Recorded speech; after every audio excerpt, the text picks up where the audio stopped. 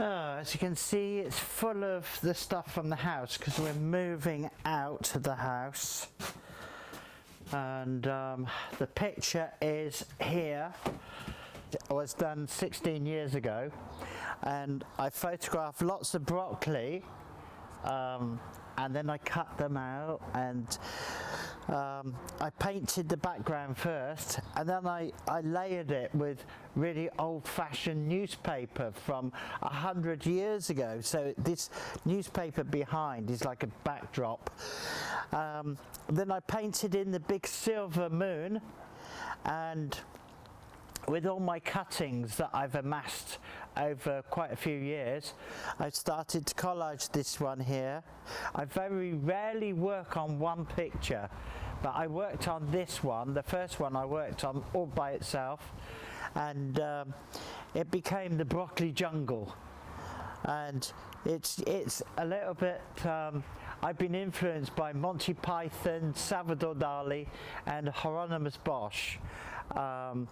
Monty Python was really humorous, so I've added two monkeys on the rock getting drunk, and a giraffe going into a telephone box.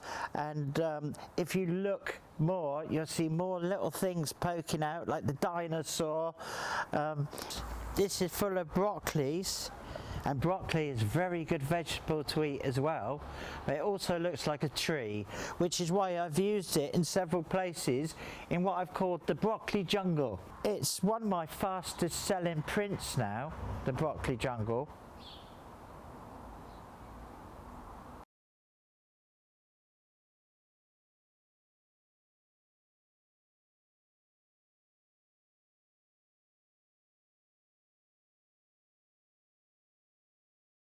This was the first step of actually making broccoli out of plaster of Paris. And not only did I make the plaster of Paris molds and put them all over London and Brick Lane, but then I actually put the broccoli as a piece of artwork in a frame. And those started selling all over the world as well. And when the tourists are in London, I'd sell between 150 to 200 of framed broccolis.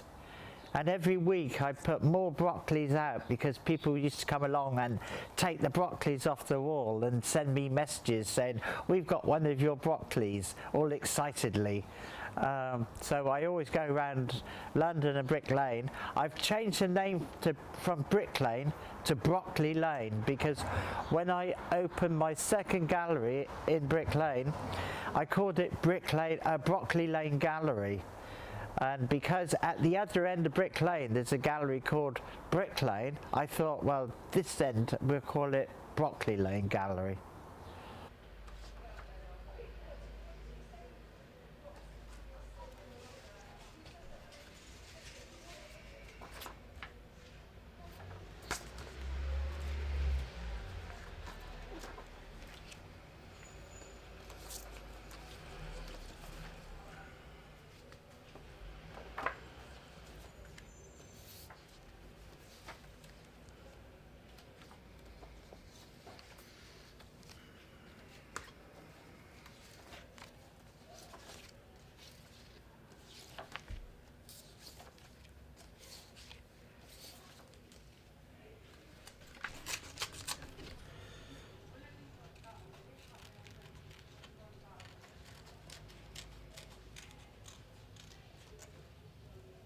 Well, how do I feel? Differently to when I'm working on 10 or 20, because I work a lot faster when I'm working on 10 or 20, because there's more pictures in a row, and you know, when there's more pictures in a row, I've only got 2 here, so it's a bit slower. But the thing is with collage, I have to keep going back, checking all of these so that they're properly pressed out. So you've got to get the bubbles out. You got to get the creases, as many of the creases out as you can. So it's about going back to them and ensuring that they're not going to come unstuck. And then on this occasion, I haven't got enough pieces that I can just pick up and throw into it. So I'm having to cut some more. So are you in subconscious world now? Yeah. Salvador Dali and Monty Python. Monty Python for the humour, Salvador Dali for the surrealism, and Hieronymus Bosch for the dark side and the humour and the surrealism. So Bosch had everything in his work, and his work was created. The main reference of Bosch's work to me is the Garden of Earthly Delights, which is a triptych, and it's in the Prado in Spain. And it's an amazing piece of work, just so much in it. You could stare at it all day and never see the whole picture. But it was done in the 15th century, a medieval time period, 1503 I think it was created.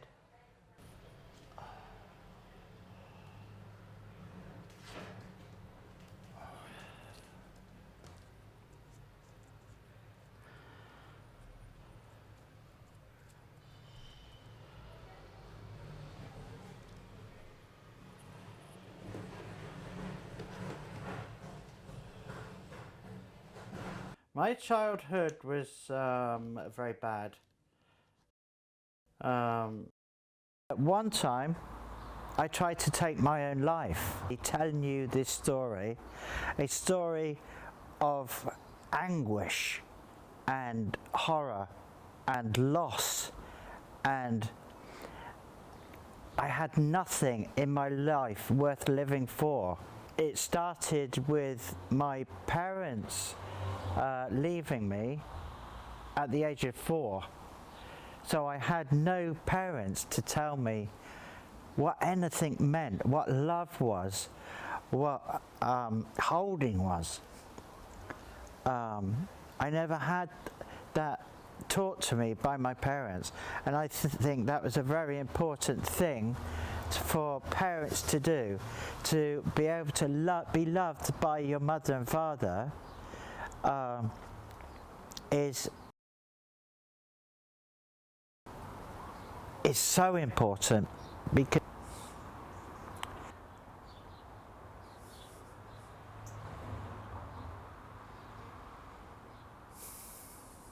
they give you they teach you how to be in life as a baby, as a child, as anything.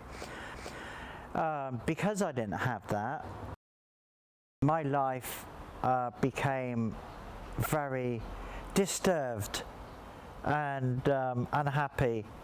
At the age of 9, I went to a boarding school. It was a horrible boarding school.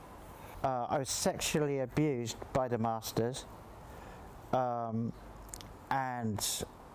although I managed to survive that, I was in a children's home where I was sexually abused by the other girls in the children's home. I was quite young at that time. I was raped by 2 girls. I didn't understand what was happening to me because I had no real knowledge of sex. This led to me, after boarding school, I went to prison. I stayed in prison for a while. I went on hunger strike until I almost died, and then I was transferred to a mental institution. The whole of my education was one of total disruption. I couldn't concentrate on things, and so I didn't really, academically, I didn't achieve much. Sadly, I would have liked to have had a better education than I did. But you know, I suppose I survived, which is, you know, I felt suicidal many a times in my childhood. And once I took a lot of tablets when I was about 12. I took a lot of tablets hoping to die. Unfortunately, I didn't. And then I suffered a lot of depression in my time. So it wasn't very easy, no.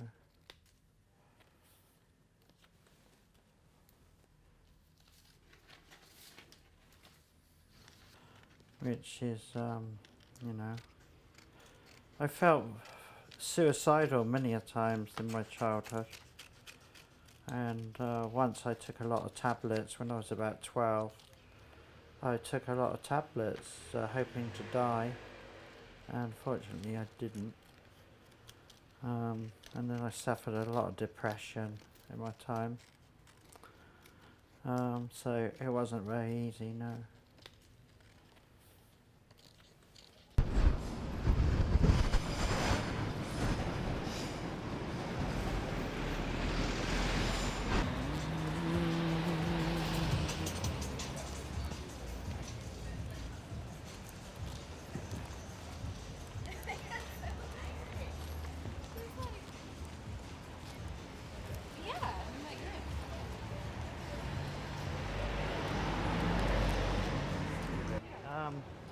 Banksy does stuff like this, but obviously that's not Banksy at the moment.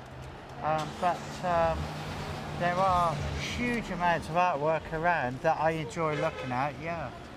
But just the general whole feeling of Brick Lane, the energy of Brick Lane and the different sort of types of guy that's here, it's sort of, you know, it's a mix of people and it's a unique street. Brick Lane is a unique street to be in. This is how I do my artwork. I work in the subconscious. So I work in like a dreamlike state. And when I'm working in the dreamlike state, I can be there for hours and hours and hours. And it's like a meditation. And when I'm creating deep in the meditational energy field, which means I can sort of let go of everything in the conscious mind. Even pain seems to go away when I'm in the subconscious mind, and when I'm creating artwork, all my pain seems to go away, and I could be in that state for hours and hours just creating artwork. And when I'm there, it's like I'm not actually doing the artwork. It's almost like the energy of the universe is doing it, and I'm just used as a vessel to create the work. And I can be there for hours and hours and hours. And when I come out of that zone, back into the conscious mind, and I look at my own work and I think, Christ, who did this? Because you don't see, where I work on up to 20 pictures at the same time, you don't see the big picture of any of them. So it just happens automatically. So it's automatic creativity, which I go through. And this is what all my artwork is about. I mean, when I'm creating the work, I go to a place where I was carefree. And when I'm working, it's like I'm a 7-year-old kid again in a swinging park. Carefree days of just going from a slide to a swing, then a roundabout, enjoying the summer sun with nothing to worry about. And that's where I am. And then I come out of that zone, I have to come back to reality.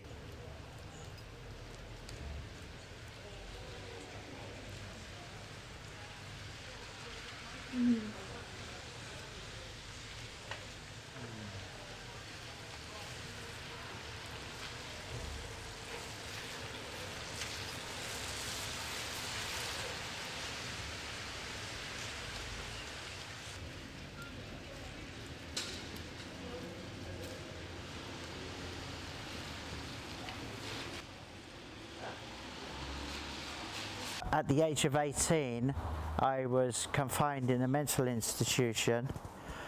I was eventually let out at the age of 21.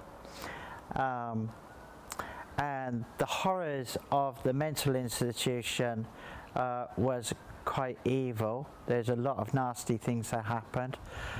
Patients used to slit their wrists in front of me and blood just went everywhere. Nurses used to beat patients and all things like this. Then I was eventually let out into the wide world, where I managed to keep down a job for a long time. I met several girls that I had a good relationship with, but because of my past relationships, it actually wasn't good relationships physically, because I never learned how to love. And all these things that I'd went through then. Then I found a girl and I had a child with, and I was a chef for 20 years. And then I managed to buy a home. I supported my partner and my children, and I felt as if I'd actually made it. I'd actually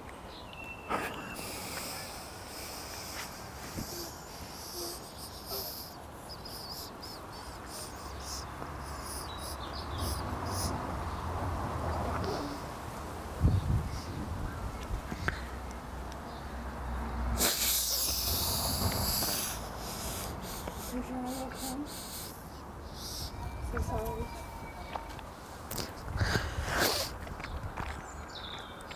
But yeah, there's been challenges in life which have been hard, all of which could have ended my life at any time. But I managed to survive. And there's a lot of things that, you know, happen to all of us in life, and we just have to be strong, believe that things will change and things will get better. And I assure you, don't take your life. Don't go to that place where you feel that life is finished, because life isn't finished.